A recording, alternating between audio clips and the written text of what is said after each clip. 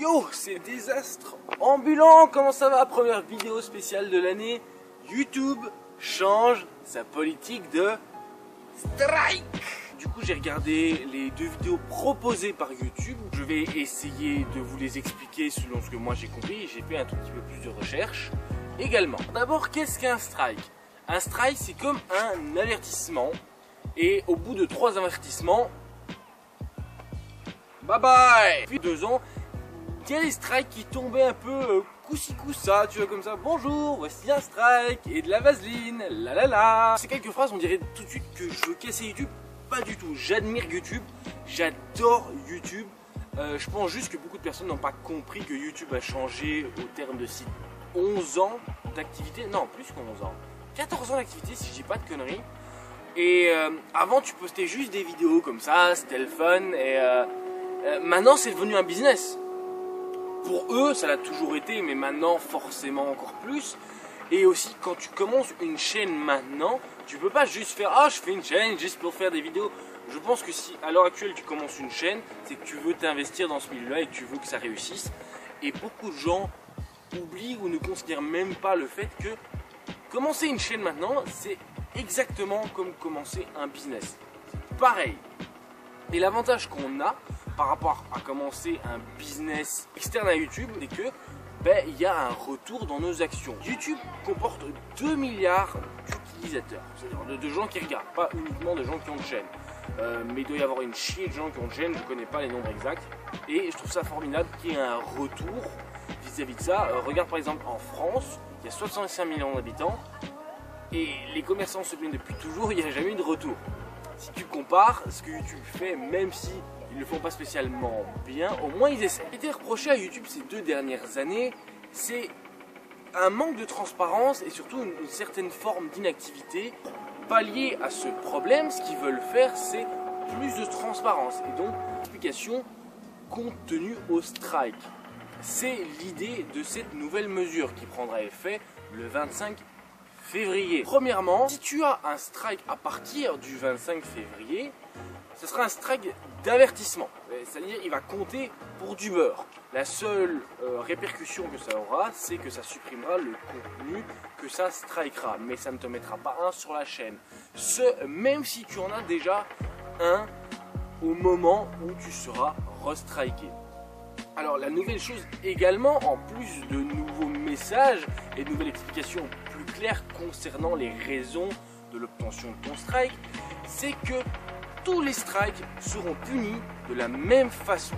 Alors un strike, en plus du premier d'avertissement, ça sera... Putain, cette ville est tellement bruyante. Un strike, ça... Putain.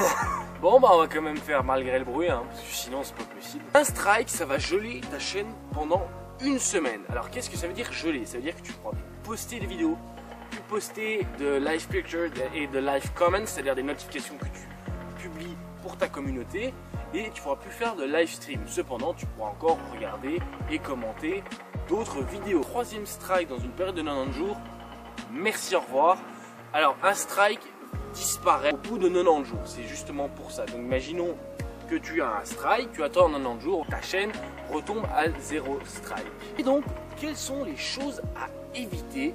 Qu'est-ce que ça analyse?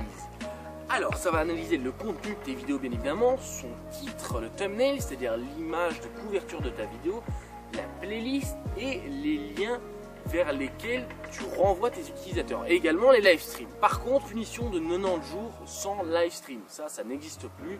On se cautionne juste aux semaines de gel par strike. Du coup, qu'est-ce qu'il ne faut pas faire sur YouTube? Alors, juste petite anecdote que je trouve particulièrement ennuyante, c'est que sur les 2 vidéos qui sont sorties par YouTube, aucune de ces vidéos ne disait ce qu'il ne fallait pas faire.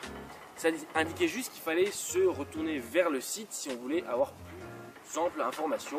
Je trouve ça assez dommage que ce soit ni écrit dans la description, ni qu'on ne nous renvoie pas sur une autre vidéo, surtout que la vidéo sur laquelle je suis finalement tombé est quand même une vidéo qui a été faite par la chaîne YouTube de YouTube. C'est une chaîne assez intéressante par contre, ça je la mettrai en description. La vidéo date d'il y a 8 mois, alors pourquoi je précise ça? Parce que 8 mois, YouTube c'est très long, c'est très long, donc il y a peut-être des choses qui ont changé, ça je ne sais pas. Donc pas de nudité, pas de pornographie, donc possible s'il y a de la nudité mais dans un contexte scientifique, ça passe, si c'est dans un contexte artistique, ça passe. Incitation à la haine, bien évidemment, pas d'incitation à faire des choses dangereuses, donc les challenges stupides, ah viens on va taser tes potes. Pas de gore ni de violence, pas d'exploitation d'enfants, pas de spam, pas de copie de contenu et pas de violation de vie privée. Alors tu vas me dire ouais tout ça c'est un peu de la logique. Alors c'est vrai et c'est pas vrai parce que je trouve que c'est trop, en fait c'est trop large, c'est beaucoup trop large. Alors tu vas me dire oui mais c'est la liberté de s'exprimer et c'est tout à fait vrai. Le problème c'est que vu que tout le monde n'a pas les mêmes définitions de ce que la liberté de s'exprimer est, il y aura forcément des heures à un moment ou à un autre. Alors il y a des choses qui sont logiques hein, comme Logan Paul qui montre des morts, ok c'est tout à fait logique que c'est complètement con.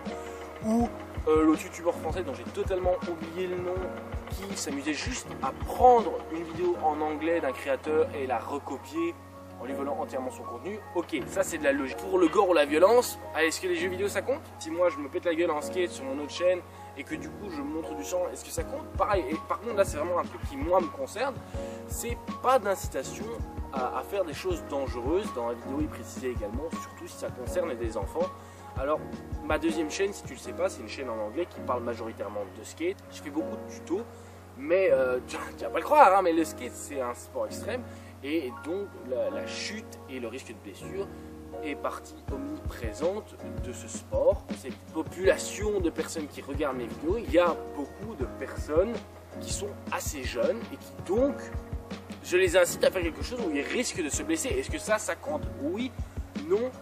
Alors c'est peut-être un peu pousser la question trop loin, mais il y a un petit manque de clarté là et on verra bien comment ça va être appliqué après le 25 février. J'adorerais avoir votre opinion à ce niveau-là. Je sais que c'était une vidéo peut-être un peu longue et qui était uniquement de la parlotte, mais elle avait juste pour le but d'être instructive. N'hésite pas à commenter et liker cette vidéo et échange à propos de ce sujet. Et si tu veux voir mes vidéos normales, bah viens chaque dimanche, n'oublie pas de t'abonner. A très bientôt.